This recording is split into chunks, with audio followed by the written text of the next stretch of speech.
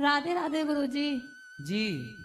मैं फिरोजाबाद से आई हूँ और मैं बहुत दुखी हूँ क्योंकि मेरी लव मैरिज है और ना ही मेरे घर वाले साथ हैं और ना ही जो मेरे हस्बैंड के घर वाले हैं ना ही वो साथ हैं। तो लव मैरिज में थोड़ी कोई साथ देता है। आप दोनों ही रहो फिर लब से आनंद से। हाँ, पर हम दोनों साथ रहते हैं, फिर काहे को दिक्कत है। कितना भी झगड़ा हो जाए तो भी साथ ही रहते हम हैं। साथ ही रहो। तो तो आपने लव मैरिज क्यों की। नहीं, 2 साल हो गए मेरी शादी को। अब क्या दुख है। अब तो कह रही हो आप बहुत दुख है। काय का दुख है। दुख इस बात का है कि काम नहीं मिल रहा है। काम मिल जाता है तो एक दिन कर लेते हैं, तो 2 दिन पति कर आपके लेते हैं। काम नहीं करते। काम तो करते हैं पर पता नहीं भगवान रूठे हुए हैं कि काम मिल जाता है, 10 दिन मिल जाता है फिर छूट जाता है। तो जब शादी हुई थी तब वो काम पे थे। हाँ, तब काम करते थे। शादी हुई है उसके बाद से काम नहीं कर रहे हैं। मेरे हस्बैंड भी आए हुए हैं साथ में। अच्छा। तो आपने लव मैरिज क्यों की। माँ बाप के खिलाफ क्यों चले गए। वो अब हो गया।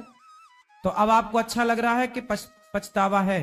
नहीं, अब हस्बैंड का तो पूरा साथ मिल रहा है नहीं, पर। पति का तो साथ है और मिलना भी चाहिए। आप दोनों तो एक दूसरे से प्रेम से रहो। हाँ, हम तो एक ये आपका भाव जानना चाह रहे हैं कि आपके मन में बाद में कैसा फील होता है बाद में, क्योंकि आपने किया है ना।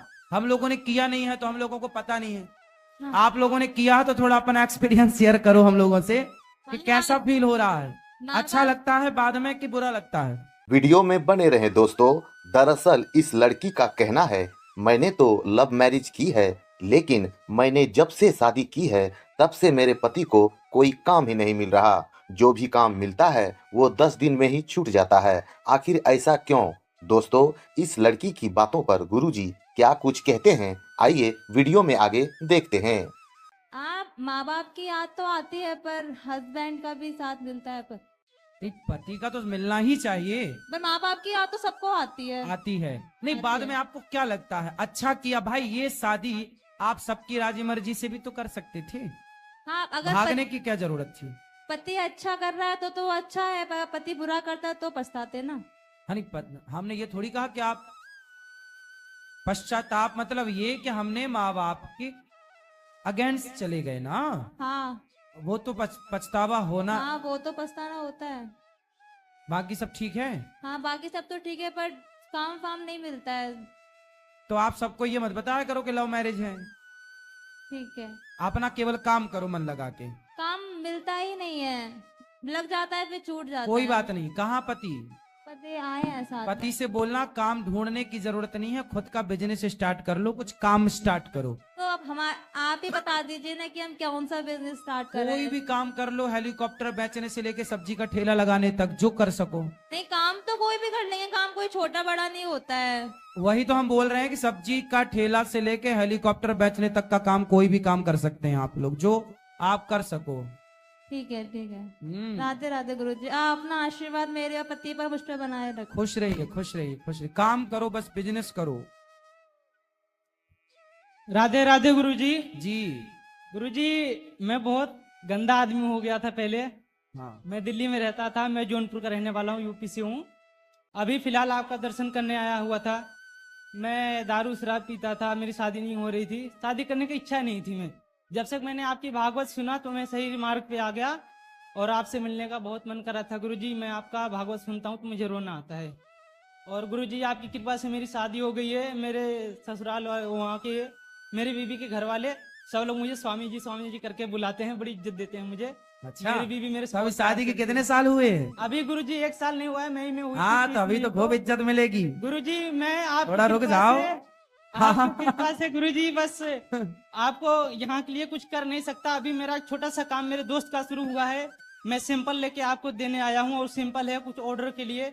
मैं चाहता हूँ कि आपकी कृपा से ये ऑर्डर मेरा आगे भी बढ़े, तो मैं कुछ बिल्कुल, दान भगवान करने के लिए बिजनेस मैं खूब सोच रहा काम हूँ। करो, काम तो बढ़ेगा ही आगे। ये गुरुजी मैं आपके लिए लाया हूँ, इसके आप स्वीकार कीजिए गुरुजी। जरूर जरूर। और क्या मेरे लाए घर हो। वाले शौक से गुरुजी मैं अच्छा। आपके लिए लाया हूँ ये। जरूर जरूर। और मेरे कुछ ऑर्डर से आए हुए गुरुजी, मैं अपने दोस्त को आपके सही मार्ग पे लाया हूँ, उसको भी यहाँ लेके आया। मैं जब आता था गुरुजी आपसे बात करने के लिए सोचता था गुरुजी, मेरे पे हिम्मत नहीं होती थी। पता नहीं प्रभु की कृपा कैसी हुई कि मैं आज चलो, आपके आप सामने सही हूँ। रास्ते पर आ गए, सही राह पर चल रहे हो, ये बहुत अच्छी बात है। गुरुजी, मैं ईमानदारी से काम करता हूँ, मैं किसी की संग गलत नहीं करता हूँ। मैं अपना जो भी करता हूँ छोड़ भी देता हूँ, लेकिन किसी का नाजायज पैसा नहीं खाता। बिल्कुल मैं ऐसे बस ईमानदारी से चलना हर किसी चाहिए। को एक जैसा देखता हूँ गुरुजी। बस ये है गुरुजी, मेरे समझ में नहीं आता, जिसे शादी हो जाती है तो माँ बाप भाई बहन भाभी वो भी सब लोग अगर हम ससुराल में ज्यादा बात करते हैं तो उनको लगता है कि सारा कमा के पैसे वहीं देता है। ऐसा क्यों गुरुजी होता है? तो आप ससुराल में ज्यादा किससे बात करते हम हो? किसी से बात नहीं करते हैं गुरुजी। तो फिर घर वालों को ऐसा क्यों लगता है? हम घर पे बहुत कम बात करते हैं गुरुजी। तो ज्यादा बात कहाँ करते हो? हम कहीं नहीं करते, हम काम पे ध्यान रखते हैं। हाँ, हमें तो ठीक समय है। नहीं मिलता गुरुजी, तो हमारे सुनो, घर वालों को ऐसा सोचने दो। ऐसा शादी के बाद शुरू शुरू में ऐसा होता है। होता है गुरुजी, लेकिन मुझे समझ में नहीं आता, फिर मैं क्या करूं? मेरी आप बीवी अपना बात काम करती है करो। तो कहती है आप मम्मी, अपनी पापा पत्नी के साथ अच्छे से रहो और अपने माँ बाप की जो सेवा जिम्मेदारी पूरी करो और अपना काम पे पूरा ध्यान दो। गुरुजी आपकी कृपा से जब से मैंने आपकी भागवत सुनी तो मैं अपने मम्मी पापा का चरण धो के पीता था। घर पे रहता था, गांव वाले मुझे बोलते थे अरे आप तो ये पंडित बन गया, ऐसा है वैसा है, सब लोग मेरा मजाक उड़ाए। मैं सब कुछ छोड़ दिया गुरुजी। अच्छा। मैं न मांस खाता न प्याज लहसुन खाता, बस भगवान की भक्ति करता हूँ बस। अच्छा है, भगवान आपको सदा सुखी रखें। भगवान से यही प्रार्थना है आपके लिए। खुश रहिए। धन्यवाद गुरुजी। राधे राधे गुरु, जय श्रीमन नारायण। जय श्रीमन नारायण। गुरु जी के चरणों में आ जाओ। दंडवत कोटि कोटि प्रणाम। खुश रहिए भैया जी, बताइए। गुरु जी जब अपन मंदिर जाते हैं तो जैसे मेरे गुरु जी का आधार कार्ड और मेरा आधार कार्ड एक जैसा रहता है। तो यही पहले से जी पहले अपना आधार कार्ड सबमिट करना चाहिए या फिर पहले धन्यवाद देना चाहिए भगवान को? वो किस चीज के लिए आधार कार्ड? मतलब जैसे कि अपन बोलते हैं कि मैं अपराधी हूँ, खलकामी हूँ, साधनहीन हूँ, कपटी हूँ, दुष्ट हूँ, पापी हूँ, तो पहले अपना आधार कार्ड भगवान को नहीं, आधार कार्ड को भगवान को आधार कार्ड से क्या मतलब है? नहीं, जैसे अपन भगवान को पहले मतलब आप कहते हो कि मंदिर में जाते हो तो भगवान को मतलब कि मैं कपटी हूँ, अपराधी हूँ। भगवान से ये कहो कि नाथ मैं ऐसा हूँ पर मैं आपका हूँ। आधार कार्ड की जरूरत हमें आपको नहीं, है? मेरा मतलब यही मानते हैं, यही मानता हूँ मैं अपना। हाँ, हम अपने आप का ये परिचय दे रहे हैं कि ये प्रभु बस। हाँ ठीक है, हाँ, ठीक तो है। अच्छा, मेरा कंसर्न ये है कि पहले धन्यवाद देना चाहिए या पहले ये बोलना चाहिए? पहले भगवान से कहो प्रभु मैं ऐसा हूँ, फिर कहो कि नाथ आपकी कृपा से ये मनुष्य का शरीर मिला है और आपकी कृपा से ही मेरी प्रत्येक श्वास है, फिर धन्यवाद दो जिस प्रकार से आप देना है। ठीक है जी। खुश रहिए। अच्छा, पीछे भैया और भी सवाल है गुरु जी। बोलिए। गुरु जी हमारे क्या है कि हम 18 मार्च के लगभग हमने गुरु मंत्र भी लिया था और यहाँ से हम लड्डू गोपाल जी भगवान लेके गए थे। ठीक है। तो अभी 15 फेब को क्या हुआ, मॉर्निंग में मैं सेवा कर रहा था तो अचानक ही मतलब लड्डू गोपाल जी भगवान का हाथ मेरे से टूट गया। तो इसको क्या समझे? मतलब कोई बात नहीं, यहाँ पर कोई संकट आने वाला था तो भगवान ने अपने ऊपर लेके और वो अब और सब भी ठीक है, है? विसर्जन करके दूसरे ले लीजिएगा। अच्छा, और भी सवाल है गुरु बोलिए। कि गुरु जी जैसे अपन कीर्तन करते हैं भगवान का शाम के टाइम पे, तो कीर्तन करते हैं तो जैसे अपन कीर्तन स्टार्ट करते हैं तो कुछ भी पता नहीं रहता है। कीर्तन करने के बाद में जैसे घंटा मतलब 1 घंटे के लगभग हो जाता है, तो उसके अंदर मतलब जैसे एक भाव होता है कि मैं जैसे वहां से घर से कीर्तन करते हुए ट्रेन में आ रहा हूँ वृंदावन, और उसके बाद में मैं भाव से ही बिहारी जी के मंदिर में जाकर के सेम वैसे ही सारा जो अभी मैंने बताया था वो आपको आधार कार्ड के हिसाब से वैसे ही मैं भगवान को माला पहना रहा हूँ, वैसे ही मैं भगवान को भोग लगा रहा हूँ। तो ये मेरा डेली उस कीर्तन के अंदर रहता है। ठीक है, ठीक है, ये मानसिक पूजा है और कीर्तन करते हुए मानसिक पूजा, ठीक है। नेक्स्ट फिर वही रहता है कि बिहारी जी के मंदिर से निकल करके वही गुरु जी के चरण धोना, वो सारा ऐसे करते हैं। तो क्या ये बिल्कुल मतलब रियल लाइफ में करना? ये और मानसिक पूजा सर्वश्रेष्ठ पूजा है, ये करते रहिए। अच्छा, उसके बाद में जैसे बिहारी जी के वो मतलब पूजा होने के बाद में गुरु जी के भी ऐसे ही भाव से चरण धोना, गुरु जी को भी भोग लगाना। और सही है, मैं समझ गया आपकी सारी बातें। आप जो कर रहे हैं वो मानसिक पूजा है, करते रहिए। तन कहीं हो मन तो आपका वृंदावन है, ये अच्छा है। अच्छा, दो नेक्स्ट स्टेप इसके अंदर ये था कि जैसे गुरु जी की पूजा होने के बाद में भाव से मतलब बैकुंठ धाम के अंदर भी अपन ऐसा ही कर रहे हैं, क्षीर सागर को भी अपन तो भगवान की है उसको भी ऐसा ही कर रहे हैं, तो सही है? सब सही है बेटा, इसमें कोई गलत थोड़ी है। ठीक है, पीछे खड़े हो जा बेटा। गुरु जी और भी है। अच्छा बोलो। क्योंकि गुरु जी जब भी मैं आपके सामने आता हूँ, मैं मेरे गुरु के सामने आता हूँ तो मतलब मैं सब कुछ भूल जाता हूँ।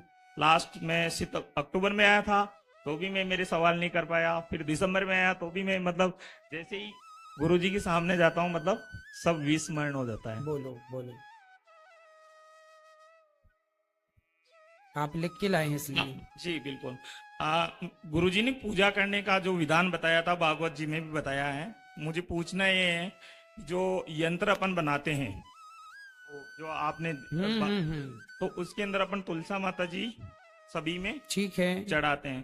तो उसके बाद में सारा कंप्लीट होने के बाद में अपन लड्डू गोपाल जी भगवान को स्नान के लिए रखते हैं। ठीक है। तो एक कंसर्न देता कि जैसे गणेश जी महाराज को भी डेली स्नान करवाते हैं, है ना, तो क्या उस यंत्र के अंदर रख सकते हैं, वहां पे दोनों को एक साथ करवा सकते हैं? हाँ हाँ करवा सकते हैं। क्योंकि तुलसा माता उसमें ऑलरेडी चढ़ जाती है। कोई बात नहीं, पहले भगवान जी को करवा दो, फिर गणेश जी को करा दो, साथ में भी कराए, कोई बुराई नहीं। अच्छा, ये अभिषेक 11 के दिन भी हो सकता है ना? 12 महीने निरंतर, कोई तिथि दिन की वो नहीं है। और आज हम श्री नारायण भगवान के क्षीर सागर दबाते हुए वो लेके आए हैं, तो क्या उनको भी ऐसे ही करवाना है या फिर वो जरूरी नहीं है? हाँ हाँ, इनको देखो, वो तो आपकी श्रद्धा पर निर्भर करती हैं चीजें। आपके पास टाइम कितना है, आप कितना कर पाते हैं। लेकिन ये तो डेली बेसिस पे रहता है ना, लड्डू हाँ, गोपाल जी भगवान उनका कर रहे हैं, इनका जैसा आपको करना है वैसा आप करिए। तो इनका भी डेली रखना है? हाँ हाँ, डेली रखना स्नान ध्यान तो। अच्छा। एक था, हालांकि पहले में भागवत जी में पूरा फैमिली सुनता है, लेकिन एक छोटा सा कंसर्न ये है कि हमने मेंटेन किया था कि मासिक दर में फीमेल सिंगल फीमेल है, तो हमने 7-8 महीने तक मेंटेन किया कि किचन में ना जाए, बट वो हो नहीं पाता है क्योंकि मैं जॉब भी मेरे को करना कोई है। बात नहीं, आपातकाल में चलता है सब। तो उसके अंदर पूछना ये है कि जैसे कि ऐसे खाना नहीं बनाते हैं, तो उस टाइम पीरियड में जो खाना बनेगा तो क्या उससे फैमिली के मेंबर की जो बुद्धि है उसके ऊपर कुछ इफेक्ट पड़ेगा? कोई इफेक्ट नहीं पड़ेगा। यदि घर में महिला अकेली है और वो मासिक धर्म में है तो निश्चित भोजन उसी को बनाना पड़ेगा। इसलिए पहले कंबाइंड परिवार हुआ करते थे, इन बातों का ख्याल तब रखा जाता था। अब तो एक ही है पति पत्नी, अब तो फिर या पति बनाए या पत्नी बनाए, पति तो बनाएगा नहीं, तो फिर पत्नी आपातकाल में बनाए। पर उस समय वो भोग भगवान जी को नहीं लगता, उस समय आप दूध का भोग लगाएं या फिर आप ही उन भगवान जी के लिए 2 पूड़ी या 2 पराठे बना के आप ही लगाएं। बिल्कुल, ये कंटिन्यू है। ठीक है। सेकंड मेरा ये था कि जैसे मान लो मेरे गुरुजी भी वृंदावन में, और अगर मैं बाहर से आता हूँ तो पहले मुझे बिहारी जी के दर्शन करना चाहिए या फिर पहले गुरु जी के दर्शन करना चाहिए? जो आपके समय के अनुकूल हो वो कर लेना चाहिए। इसमें कोई ये नहीं है कि पहले किनका पहले किनका, किसी का भी करें, दोनों ठीक है।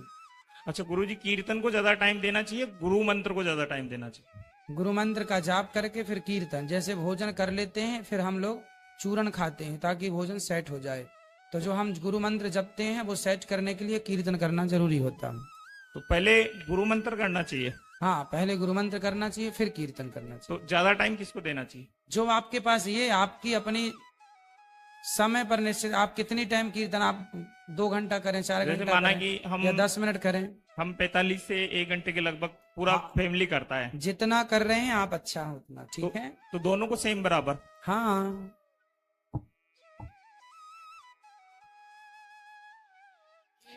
चलो अभी आप याद कर लो, जब तक थोड़ा सबको अवसर दे दो ताकि सब लोग, पीछे वो भैया खड़े हैं वो खड़े हो जाओ बेटा। अभी आप तो रुकेंगे 2-4 दिन बेटा। हाँ बोलो बोलो, आप बोलो महाराज। बोलिए, आप बोलिए। हम इनसे पूछ रहे हैं बेटा, आप रुकोगे अभी 2-4 दिन ना, आप रुकोगे 2-4 दिन अभी? हाँ मैं कल जाऊंगा गुरु जी। चलिए, मतलब आज हैं पूरे, मतलब इसलिए आज सारे सवाल आज ही कर रहे हैं। ठीक है, अभी एक बार और अवसर देंगे आपको, कोई बात नहीं, बोलो। जो YouTube पर जुड़ रहे हैं चैनल को सब्सक्राइब कर लें और शेयर जरूर कर लें ताकि सब लोगों को प्रश्नोत्तरी का लाभ प्राप्त हो।